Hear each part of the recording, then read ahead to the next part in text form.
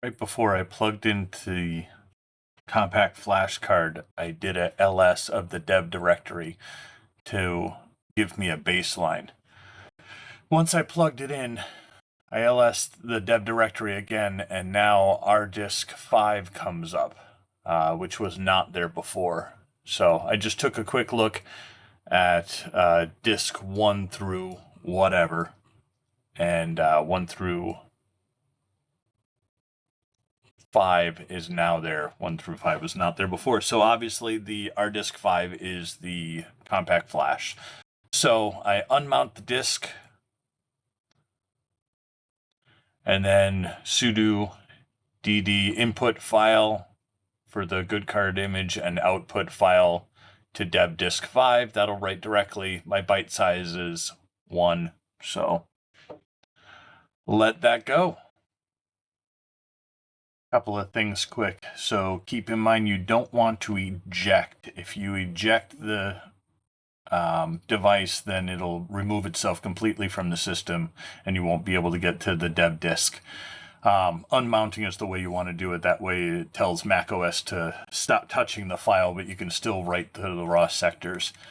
Secondarily, you also want to do an unmount of the disk instead of the raw disk. Our disk is raw disk, and the regular disk is a bit safer to go into because our disk is bypassing the buffer. So just a couple of quick notes there.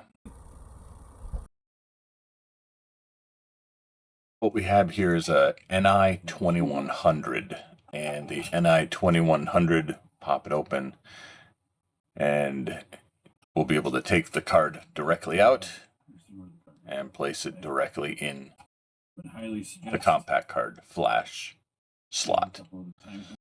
These little yellow things, they're timekeepers, snap hats. They basically contain a lithium battery cell, and that is kind of the CMOS battery of these sort of things. All right, so let's swap out to a ni-4100. Same thing, there's your timekeeper and the compact flash. This one already has a compact flash in it, but it's the exact same DD copy that we did before. And then this is the ME260 card slot in here in the NXI. Take those two screws out and slide the card directly out. You'll be able to see this actually does have a CMOS battery, and there's the compact flash.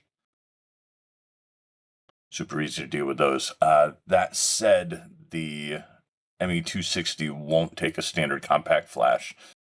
Powered up, it's 12 volts, and it's a Phoenix connector right there, green, positive, negative, obviously for all of these. You need to set the dip switches properly.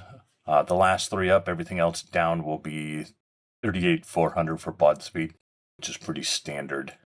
Just use one of these type of connectors, which is a Phoenix male, and then use the serial to plug directly in. I have a USB cord here that I plugged in directly and was able to get a serial connection to. First off, the extender is because I needed a female to female because it only terminates in male on the USB side. So got to be able to have that second one to plug directly into the back of these. And then just USB to the computer side. And we'll move over to the software. Assuming you've installed the software at this point, so just go ahead and open up wherever Netlink Studio 4 is. And that'll open up with a quick little message. Okay, first time you open it up, you'll get the what's new. You don't have to show that again if you don't want to. I have a set project here. So 3 projects inside a single workspace.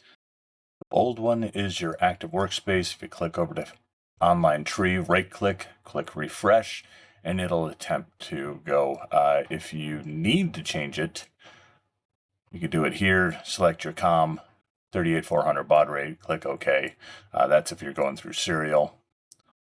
OK, it'll contact the controller. If it turns green, you're good, and everything should come up in your online tree now, and you'll be able to see that.